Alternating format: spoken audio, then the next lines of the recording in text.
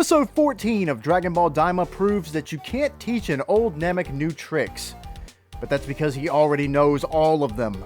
Turns out old man Neva still has plenty of tricks up his sleeve, but we'll get to that in a little bit. First, we're going to actually go over and talk about Goma and Degasu. So they've shut down Warp Sama, and so nobody can go between the demon realms now. Everything is locked down. But they're still a bit worried that Goku and his friends could still make it to the first demon world, so they've called in for some special backup. Here we're introduced to the top 5 members of the Gendarmerie, and they are collectively known as the Gendarmerie Force.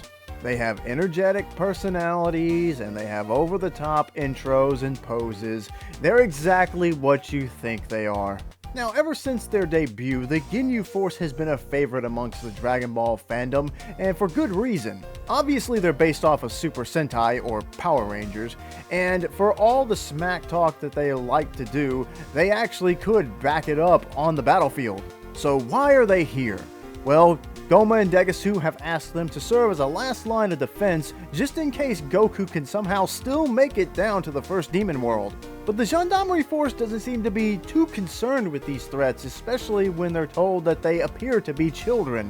Even after Degasu demands that they take this situation very seriously, they don't really seem to care. So it seems that Goma's big plan right now is just to have his palace guarded by as many of the Gendarmerie as possible, and having these top 5 members of the group be his personal bodyguards in case the worst happens.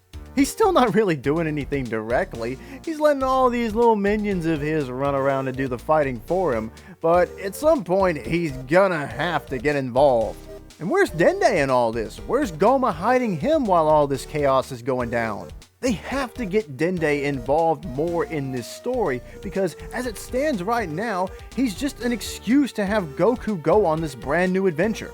But not every Namek in the demon realm is just sitting around completely useless. As Goku and his friends finally arrive at the warp, they notice that it has indeed been shut down, meaning that they can't get to the first demon world. Goku does try to wake up the warp with his Nyoibo, but it has no effect at all.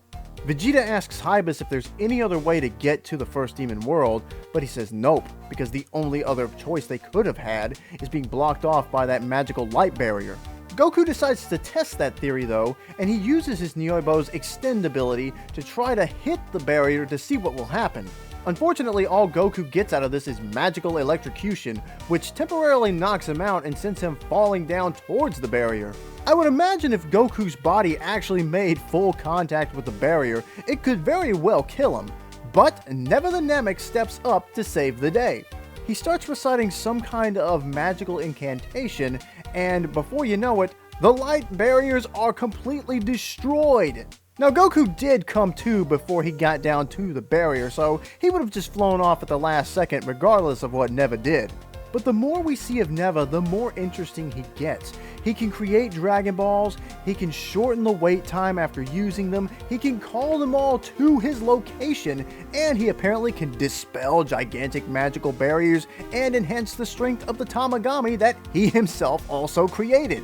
I mean, the only thing we haven't seen him do so far is unlock somebody's hidden potential the same way the Grand Elder on Planet Namek did, or the way they used the Dragon Balls in the superhero movie.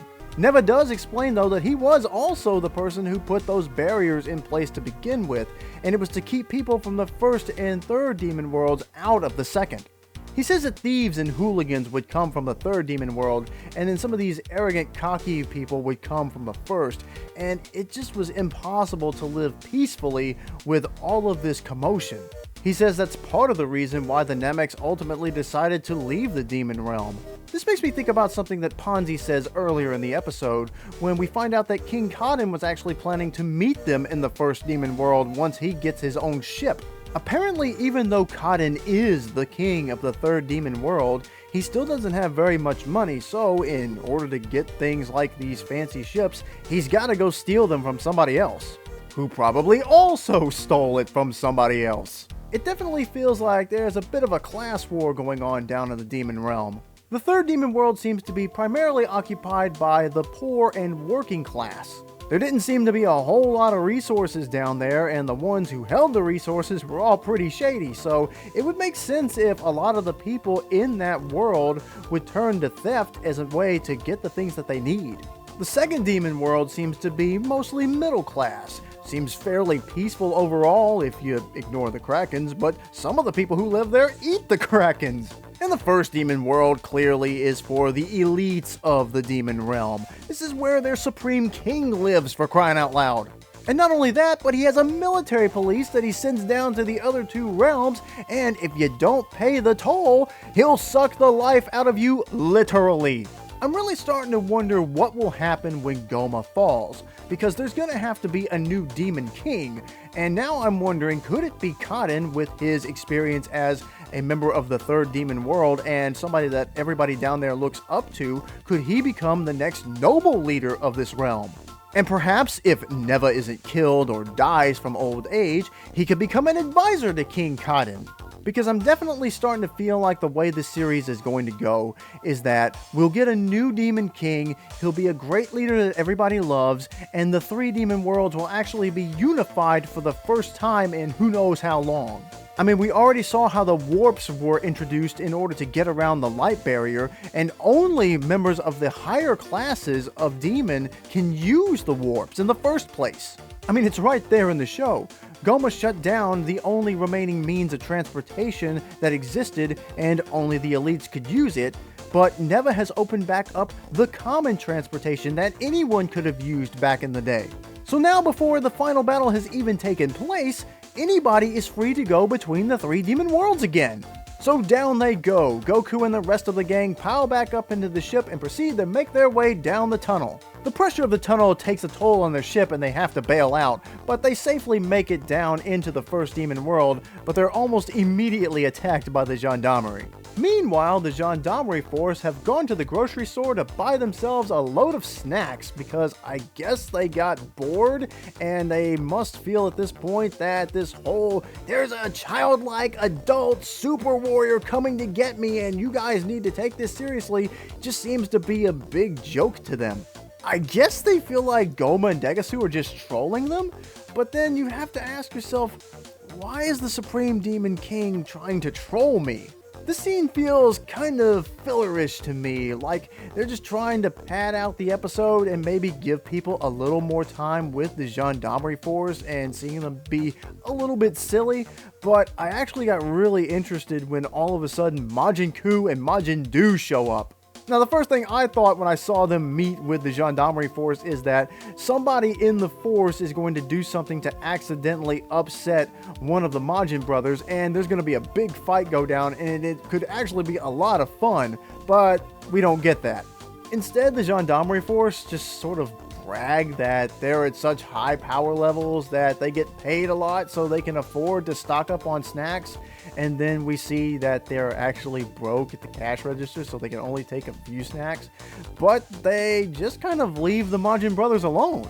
I really wanted to see them fight. I would have loved to see Ku and Du take down the Gendarmerie Force before they even have a chance to go at Goku and Vegeta. And we don't really see them for very much in the episode, but the Majin brothers are just such a highlight whenever they're on screen. They're adorable in a very weird way, but it works. They've just got a really wholesome sibling thing going on between them. They just sort of hang out with each other and eat snacks, and they appear to be very happy. And they don't feel like villains at all. Yes, they're aligned with Arensu, so they're gonna be naturally opposed to Goku and the rest, but they just don't give off that vibe that they're out to do bad. Perhaps these two will end up sort of like Broly in that they are indeed quite powerful, but maybe they just don't like to fight, or they're just inherently good-natured. So we don't get the Majin brothers versus the Gendarmerie Force, and the episode ends with the rest of the Gendarmerie targeting Goku and his friends. But the next episode preview has Dabura in it.